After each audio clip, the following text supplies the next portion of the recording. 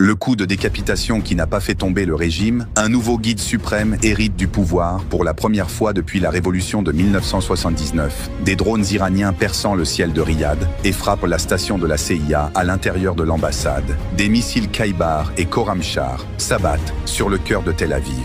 Et l'Amérique se retrouve embourbée dans un bourbier qui lui coûte $1 milliard par jour, sans savoir comment en sortir. Voici ce qui se passe en ce moment. Et voici ce que nous allons décortiquer devant vous, étape par étape. Le 28 février 2026, le monde s'est réveillé face à un spectacle que personne n'avait imaginé. Les États-Unis d'Amérique, en coordination totale avec l'armée d'occupation israélienne, ont lancé la plus grande opération militaire de l'histoire de la région depuis l'invasion de l'Irak. Peut-être même bien plus importante que cela. Des bombardiers B-1 et B-2 furtifs, des chasseurs F-35 et des missiles Tomahawk intercontinentaux. Tout cet arsenal de guerre colossal a été mobilisé pour frapper plus de 1700 sites militaires et infrastructures sur le sol iranien au cours des seules 72 premières heures. Mais l'objectif réel n'était pas les sites, c'était la tête elle-même. Les planificateurs américains et israéliens misaient sur ce que les analystes stratégiques appellent le coup de décapitation, c'est-à-dire cibler directement le commandement suprême.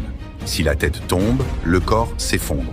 C'est ce qui a fonctionné dans une certaine mesure en Libye, ce qui a été partiellement appliqué en Irak et ce qui a complètement échoué aujourd'hui face à l'Iran. Les frappes ont visé le centre de Téhéran en plein jour et ont entraîné la mort du guide suprême, l'ayatollah Ali Khamenei, et de plusieurs membres de sa famille, ainsi que d'environ 48 ou 49 responsables de premier rang, dont le chef d'état-major général, le ministre de la Défense et le commandant des forces terrestres des gardiens de la Révolution. La scène était choquante à tous points de vue, et il semblait au premier regard que l'Iran avait reçu un coup dont il ne pourrait pas se relever. Mais ce qui s'est passé ensuite a complètement contredit cette lecture.